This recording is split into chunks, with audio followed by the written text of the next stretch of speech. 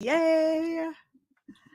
Like I got like a Hello, everybody. We are at the last live Q&A of the Recharge Retreat, and I am with Lisa, and I am fighting myself right now. Let me tell you why. Because I have all of the um, replays of the Q&As pinned to the top and of the Facebook group. And when you look, when I go live, every single time I do a dance. I do a weird dance. If you're watching the replay, let me know if you've noticed that in every single one of these, I'm doing a little dance when we jump in. Oh, I did So notice that. I'm like, did you have music going in the no, background? it's in my head. I'm like, here we go, guys. Like, I don't know what it is. Every single one, I'm doing some kind of little dance. But regardless, we're with Lisa. Lisa, will you please tell everybody who you are, what it is you do, what you specialize, all the fun things? And Yeah, awesome. Yes, hello. So I'm in Idaho. I've been an agent for 9 years, come up on 9 years now. Broker's license, I got my second year. Run an office of about 30 people, about 30 agents that we have out here. Just a small boutique brokerage nobody's ever heard of. Um, and I am a high performance coach. I'm a life coach and I'm a tactics coach as well. So I'm kind of all those things in between. Absolutely love it. Essentially, for me, my little bit of a journey, but I got to a point in my business where I was making $1 million a year selling real estate. And for a small town, and it's not like I'm selling $3 million properties all the time. Selling about 120 units a year solo, no team, no transaction coordinator. And I got to this point where every year my revenue just keeps increasing and increasing and increasing. And it's like so much that I forget to deposit checks sometimes because it's just like another check, another check, another check. And it was becoming unfulfilling for me. The money was not fulfilling anymore. It was fun at first, and then it was just unfulfilling. And that's when I realized, as I was teaching other people the tools and tactics that I use to build my business, to get to 95% repeat and referral business, that I loved watching other people succeed. And that became the more fulfilling thing. So I still sell real estate, but I've been coaching now for 3 years, and I have my Agent Leader Academy, and some brokerage impact coaching that I do, and that really like lights my heart on fire to help other people build their business and sustain themselves and pay for all their bills and take care of their families and go on vacations and all the fun things that we really should be doing, could be doing, helping them fulfill their potential. So that's been my journey. I love that. And so I'm sorry, did you say 120 homes a year and sometimes you forgot to Deposit. deposit a commission check? Yeah. Yeah. I have literally like $20,000, $30,000 checks in my planner that I like one day I'd open. I'm like, oh, I've like forgot to deposit this. And I literally would tell my broker, you're going to have to let me know if I forget to deposit something because I just didn't even pay attention. I You mean, had that many closings coming in that it was just it was you get overwhelmed. You're just like, "Okay, next, next, next." I Right. was focusing on the work and doing the work, and I really didn't focus a lot on the money per se. And there was plenty. And that wasn't a place I was ever at in my life before. Like I was counting pennies before then, right? Like putting the groceries back, because we were on such a tight budget for so many years. So that much money coming in was like, it was just crazy. And I didn't watch it. It just keeps coming and coming. And yeah, anyway, pretty. Yeah. So when you started as an agent, how did you get from baby new agent to getting to that point? Like what was the journey in there? Yeah. So my first year, my goal was to sell 5 houses. So I was trying to replace a $12,000 income of medical billing that I was doing from home. And so my goal was to sell about 5 houses, and that would get me maybe $15,000 for our area. And I sold 48. And I just I'm actually going to teach a class on this tomorrow for free, which is like what my first year's journey looked like. Because people are like, well, where did you get your business? How did you do it? What did you, um, I did pound the pavement. Like I did, but I didn't door knock. There's some things I didn't like doing. Yeah. So I self-discovered what I enjoyed, but I would say that I was relentless in my goal of helping people. that was really, and as I was able to start helping people, I really fell in love with helping people. And I don't know if that's just a mom trait. I mean, I think it's a dad trait too, but I swear like 67 or 77% of agents are all women. And I really think that it's a little bit of that, like taking care of other people, like just a natural ability that we've got. And so as I kept helping more people, I'm like, this is fun. And then as the money started coming out, I'm like, this is even more fun. And then we just kept rolling and it just kept compounding. But I was always in motion, right? So even right now, when the market is on its head, I would say, right, just a little bit, you still stay in motion. Like it doesn't matter what's going on, what the market's doing, what other people are doing. It doesn't matter. It is staying in motion, but also staying in motion with things that you enjoy, that you love. And I know in some other live streams, you guys talked about that. Like you're not going to perform the activity that you don't love. So you have to get in tune with what you love, what you're good at. If you're not good at it, do you want to become good at it? How do you learn how to become good at it? So if you want to do funnels, if you want to do Facebook marketing, if you want to do like whatever different thing you're interested in learning, if that lights your heart on fire, that's the path that you start to take, because then you are more likely to wake up in the morning and be energized and excited and be tapped into like really moving forward, performing at your best ability, like with excellence, right? And then the money comes. Yeah. Everybody gets it backwards and just says, I need closings, I need closings, I need listings, which is the number one question I get at Ask a Coach is, where do I get more listings? How do I get more business? Like, great. What do we do? What are we doing? What do we love to do? Where are we putting time and energy? That's the big difference. And that really is what made a huge difference for me in my whole like business journey, for sure. Yeah. First of all, before I forget, I would love it if you could, after we hop off of this live Q&A, would you mind putting the link to your training that you're having tomorrow for those that are interested, putting that in the comments underneath this so that those that want to attend can? For sure. Okay, Yep. thank you.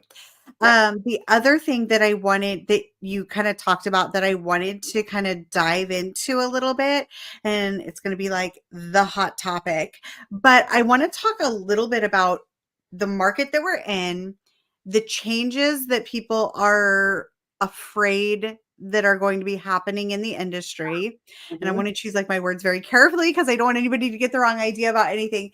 But I do kind of just want to alleviate some of the, I don't know, fear maybe and the overwhelm that people are feeling about everything. So I would love to know, first of all, your thoughts on how agents can kind of shift their mindset, shift their thinking, and shift their strategy going into 2024, knowing all of this negative noise is happening behind us.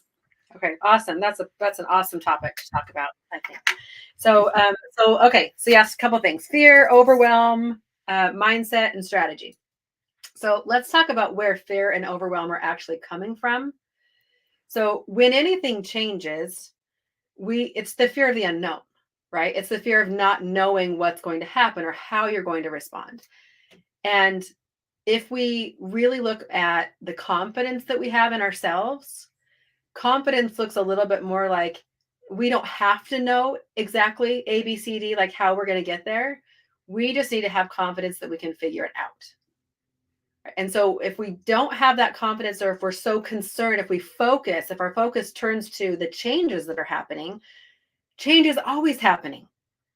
Yeah. It's just us trying to, like, that control that we really want to have, like over things staying a certain way. It's just to make us feel really warm and fuzzy. That's all it really is if we break it down. So the fear and the overwhelm is really just showing up because we have thoughts that are probably sounding like, what if I've heard this from agents too. What if we don't get paid to represent buyers? Like, what if, right? And we come up with all these scenarios. And honestly, what's happening is your brain's just trying to make sense of the change or something that's happening and trying to find a solution to, Yeah. like, we just start going in places. So there's nothing to be fearful or overwhelmed about. It's just something different, right? Yeah. So that mindset shift is being able to tell yourself and believe it that no matter what happens, I'm resilient. No matter what happens, I can figure out how to best help my clients, how to best get paid. Like, what is this going to look like? But that helps to remove the fear, honestly, is that shift Mhm. in your mind and what you're thinking about it. Um, I mean, look at all the shifts that have happened in the last 30 years.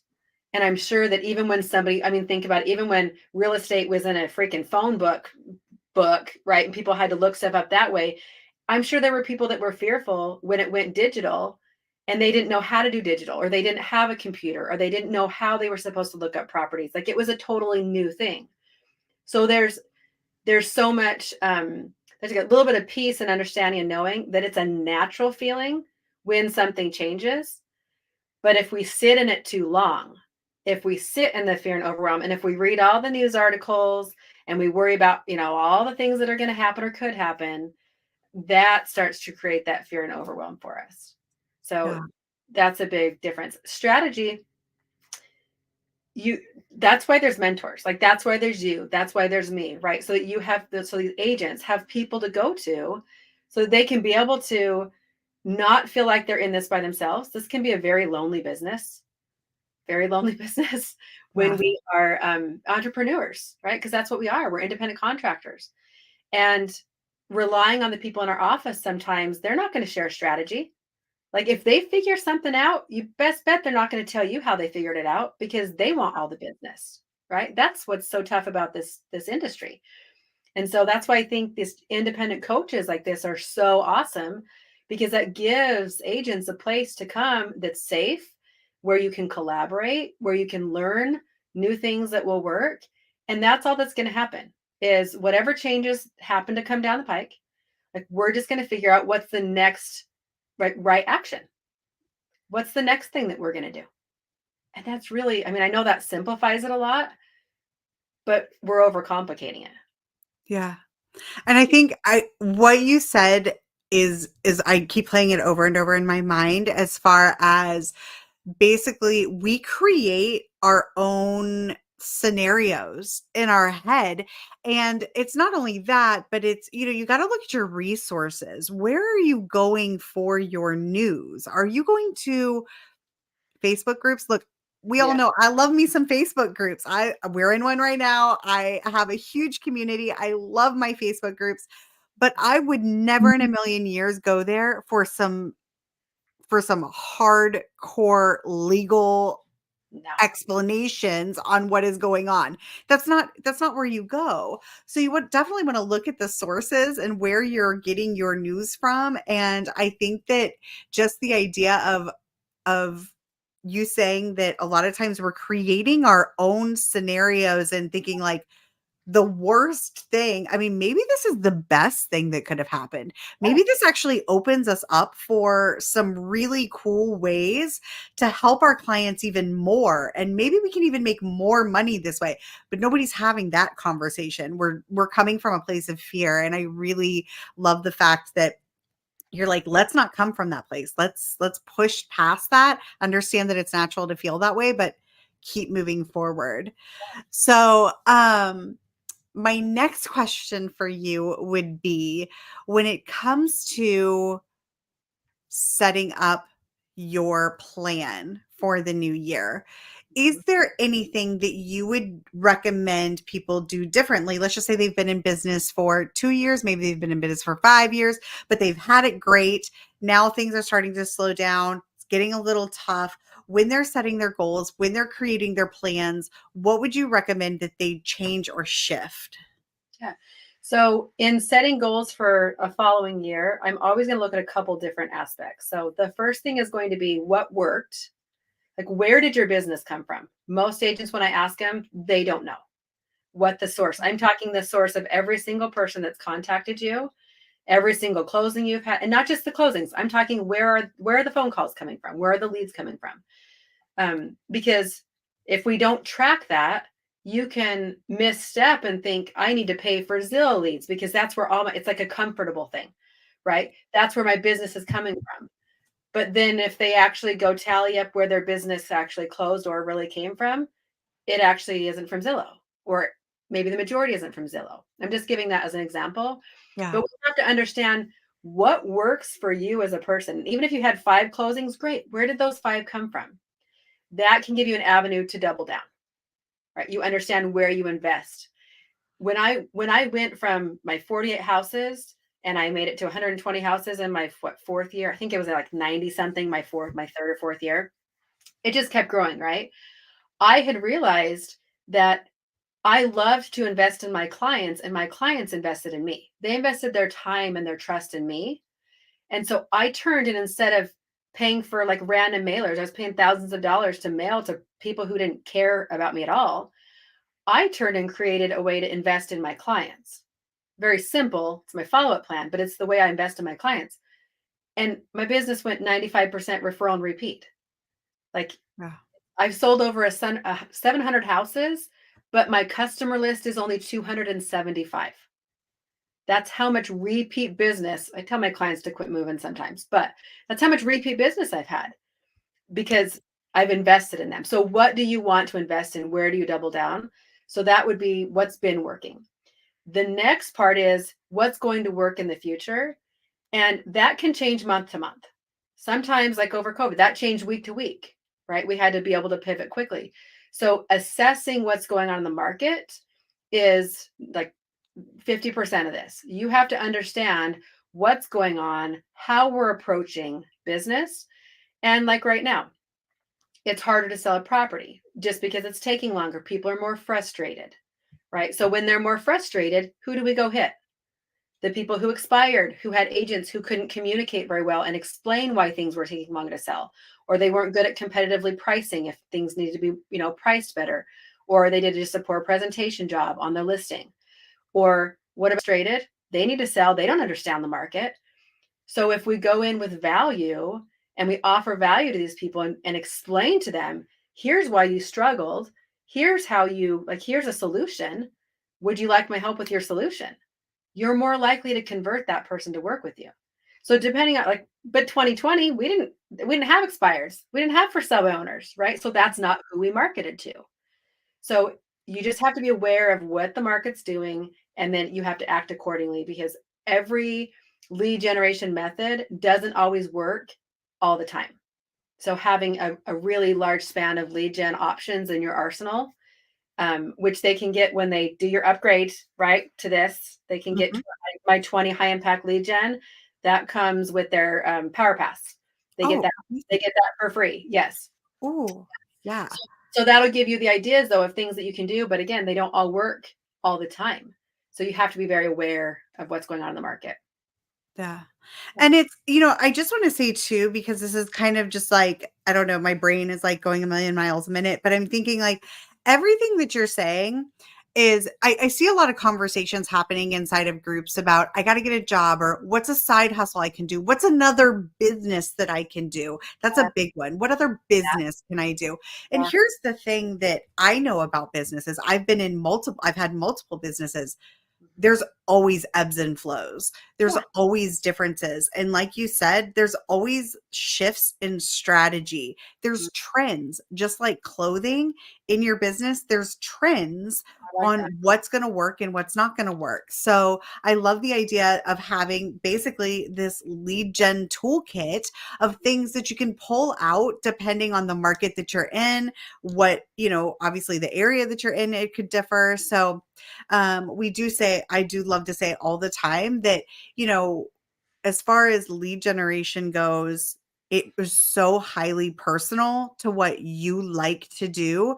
And even if, because when I first think of, when you say FISBOs and expireds, my mind goes back to a training room with a binder with a bunch of scripts, and it doesn't have to feel like that. I think that a lot of times when we're talking about those things, because that's such a great example of how things are shifting, because you're right, I know I had zero expired, zero for sale by owners when, back in 2021, like it just didn't even exist. Yeah. So like it would never even occur to me now to think, oh wait, maybe I should take a look at them. Mhm. So yeah, great tips. Yeah. That's amazing. And I love that you are giving those 20 high impact ways to get leads too. It's interesting too that the people, depending on how you approach something, how you're saying like you have like PTSD from like a training room and scripts that people give you. I get asked often, like, do you have a script for that? And I was like, no, how do you talk to people? Like, what is our goal? Who are we trying to help? What's their goal? And how do we best help them? Like, Yeah. that's it. Like, common sense does not require us to have a script. But Yeah. people get so focused on saying or doing the right thing or having this method or process, of a script that they really are forgetting the person they're serving. And honestly, when it comes to like the lawsuits and all that crap that's happened with the commissions, I feel like that's what got missed is how are they serving the people? How are they explaining things? What's the transparency? I mean, if you really read into some of the stuff that they had said and in the depositions and all that, I followed it like I followed the Johnny Depp trial. Like it's very interesting to me, but they forgot to explain and give the people options. Like they forgot to be transparent. And that's our job. And I do think that from what I'm hearing, different states are buyer representation agreements. They all explain things a little different, and some are definitely more transparent than others. So Yeah. I do think that there's not congruence nationally with how that is explained. So that could be a problem, right? Right. And I think that's probably why this came up. I mean, I'm not a lawyer, don't quote me, don't sue me, but if you really look at it, like you have to be able to explain to clients and give them the options and remember who you're serving and that this Yeah. is a job of service. It's not just us showing up to get our quote unquote full commission, which I hear that way too often. It's like, no, I'm a professional and I do a job and this is what I charge. Yeah. In the future, is that going to change? No, I'm still a professional. I still charge X amount of dollars. Like this is what I do, Yeah. right? This is how I can best help you. And the I think the low confidence that people haven't really learned their value yet leads them to like, I need to go get this other job. I need to go get a side hustle because I'm not making money. I'm like, no. What do you want? Like, what do you want to double down in? What is the thing that you really like put your heart into? Like, put some time and effort into that and figure out how to make it work Right. because you're just bypassing, like, you're just wasting time if you're Yeah. not. That's what I think. Right. I think that it's interesting you said the same thing that I have been saying all along is that basically in a nutshell this entire thing is that we forgot to have conversations. We forgot to have conversations with our clients. Our brokerages forgot to have conversations with agents on how they needed to talk to clients, and that's really, if you want to put it all in just one little sentence, is like conversations. We forgot to do that. We just kind of threw a contract and was like, here you go, it's this percent, and there's no understanding, there's no conversation, that you're not explaining things. So of course there's confusion, and I'm sure, like you said, state to state things vary, there's no consistency through there. But yeah, I 100% agree with that.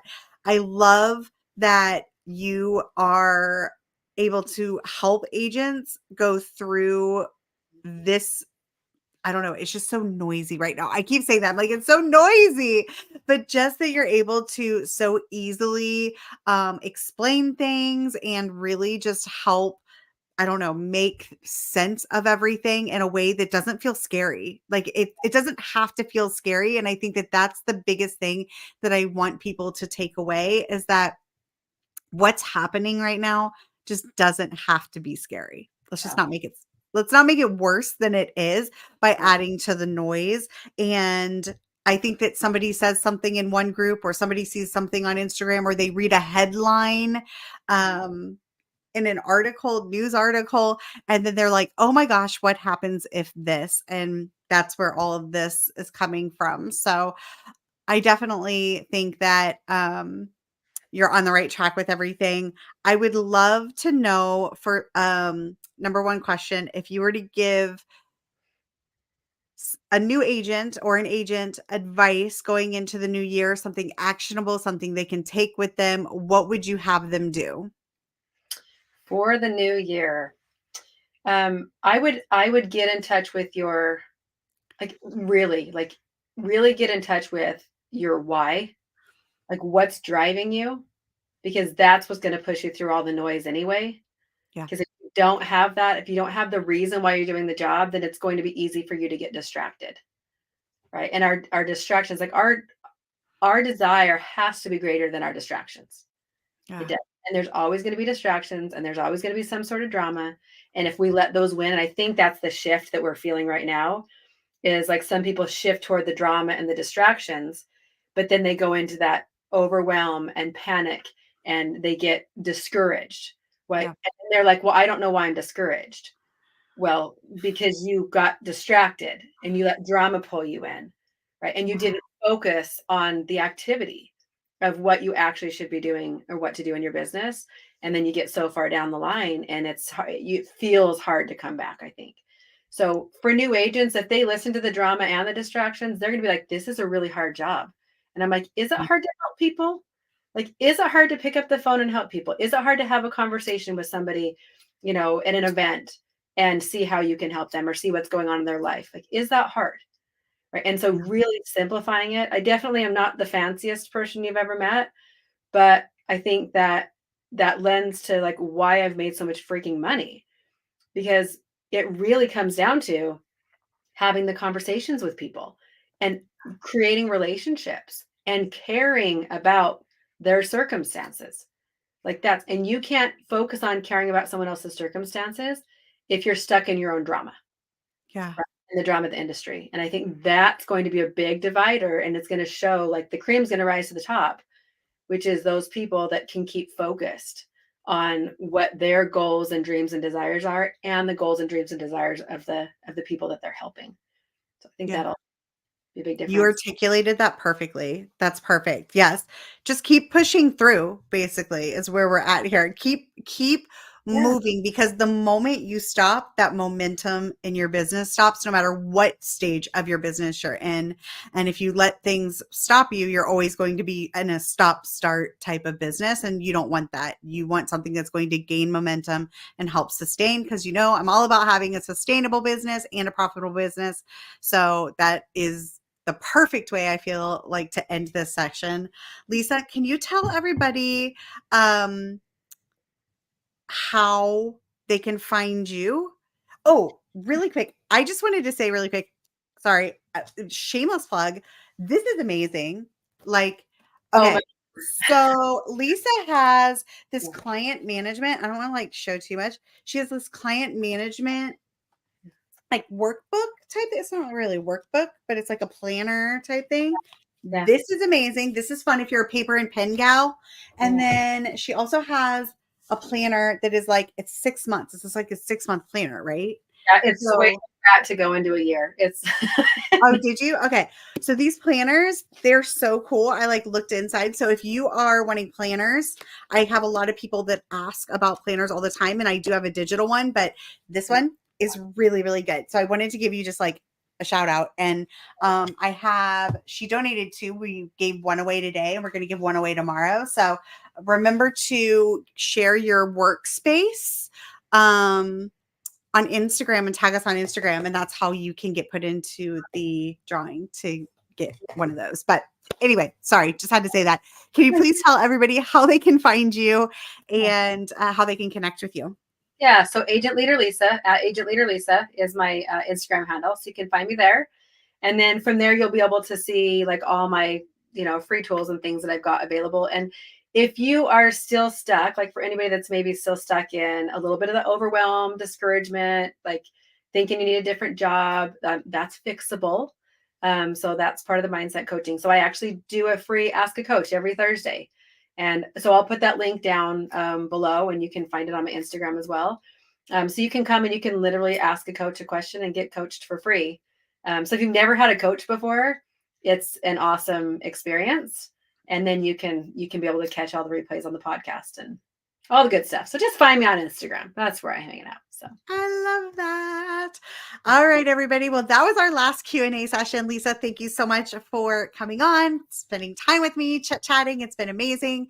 But you guys have a couple more sessions before the recharge wrap up, and we will chat with you all later. Bye. guys.